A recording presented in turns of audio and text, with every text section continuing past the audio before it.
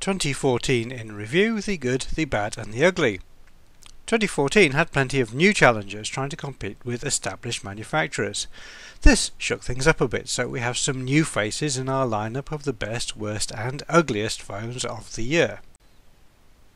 The good, honourable mentions. There have been a number of interesting devices this year, many of which are products of small companies thinking differently. The dual-screen Yotaphone 2 shows a radical solution to the problem of power drain. The black phone tackles the issues of privacy and warrantless interception, and Yola showed promise with their Sailfish OS smartphone and tablet due next year. The Fairphone makes commendable efforts to take a different ethical stance when it comes to building smartphones. Motorola made real progress with the second generation of the Motorola Moto G and Moto X smartphones, along with the elegant Moto 360 smartwatch. LG impressed us with the LG G3, and the phone company formerly known as Nokia made no compromises with the Lumia 930. Good.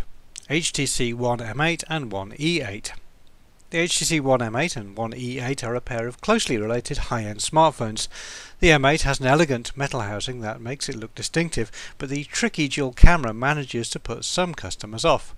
The cheaper E8 comes with a conventional camera but looks rather boring and isn't widely available. The M8 is also very unusual in that it comes in both an Android or Windows version, so really there are a trio of devices here. HTC have done an excellent job in creating something a bit different with the M8, and they've tried very hard not to be in the Me Too crowd. We look forward to the HTC One M9. Better. Apple iPhone 6 Plus. Forget about the smaller iPhone 6, the headline-grabbing Apple phone this year was the iPhone 6 Plus, which finally broke out of the undersized form factor that had been holding it back. At last Apple had a product that was competitive in every way with the competition, and which Apple fans didn't have to make excuses for. Some weakness in the chassis design led to initial reports of the phone being prone to bending, leading to a great deal of negative publicity that seemed to die down quite quickly. If Apple follow their usual pattern, we should see a slightly improved version, perhaps the iPhone 6s Plus, sometime during 2015. Best. OnePlus One.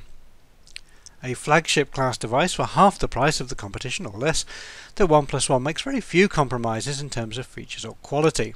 The slogan of OnePlus is "Never Settle", and the attention to detail in the One is extremely impressive, and it seems that OnePlus have a passion for design and engineering that you'd normally associate with their much more expensive rivals.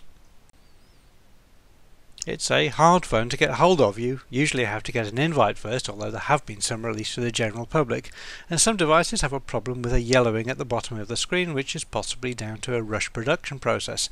Nonetheless, the OnePlus One indicates that you can have everything you want for a much more reasonable price than the competition. Because of the impressive feature set and the very low price, we believe that the OnePlus One is the best phone of 2014. The bad.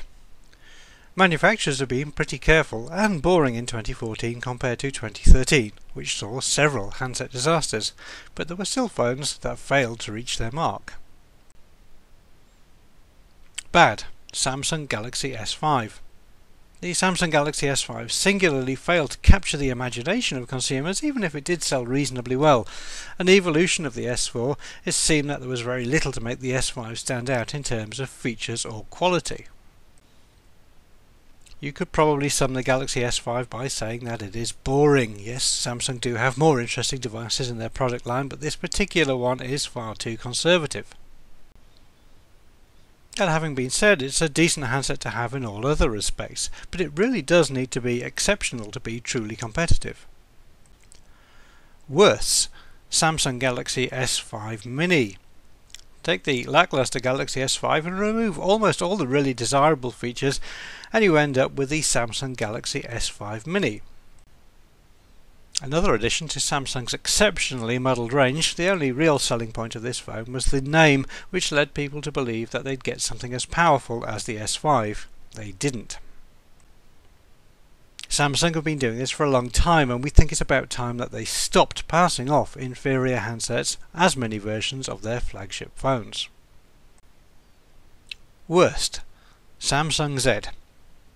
Perhaps it's a bit unfair to include the Samsung Z as it got cancelled, but this really is part of the problem. Samsung's attempt to create a rival smartphone platform to Android by using Tizen has not gone well at all. It is perhaps worth noting one of the predecessors to Tizen was MeeGo, which was also a bit of a disaster for Nokia. There's a very long list of manufacturers who have tried to fight Android and Apple, and most of those have been failures. The world does not need another mobile phone OS, but it looks like there's a chance that Tizen might find a niche in smartwatches instead. A combination of failure to appear and being a superfluous idea means that, in our opinion, the Samsung Z is the worst phone of 2014. The ugly. An ugly phone isn't necessarily a bad phone, and besides, beauty is in the eye of the beholder, but these two handsets are a bit challenging to look at. Ugly. Sonim XP7. Don't get us wrong, the Sonim XP7 is an incredibly rugged, fully featured smartphone that we like a lot, but the result of all that ruggedness is something with the aesthetic appeal of an armoured personnel carrier. It looks the way it does simply because it is designed to be exceptionally durable. Yes, there are certainly many prettier phones out there, but none of them would survive the sort of things that the Sonim XP7 can take. If your phone is likely to get dropped, knocked, muddy, covered with glue, splashed, dunked, frozen or baked, or is very likely to be used in very loud environments, then you will probably already want one of these, and you won't care what it looks like. Ugliest. BlackBerry Passport.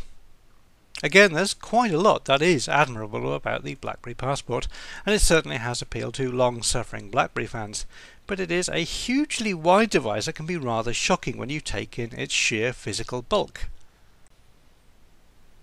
Where the Sonim looks like it does for a very good reason, the Passport looks a rather less necessary. BlackBerry promoted the Passport by citing how useful it was to have a wide screen when viewing content, but that completely ignored the fact that on a standard smartphone you can make the screen wider by rotating the phone by 90 degrees. You can't fault BlackBerry for thinking out of the box, but this design is just too esoteric. In our view, the BlackBerry Passport is the ugliest phone of 2014.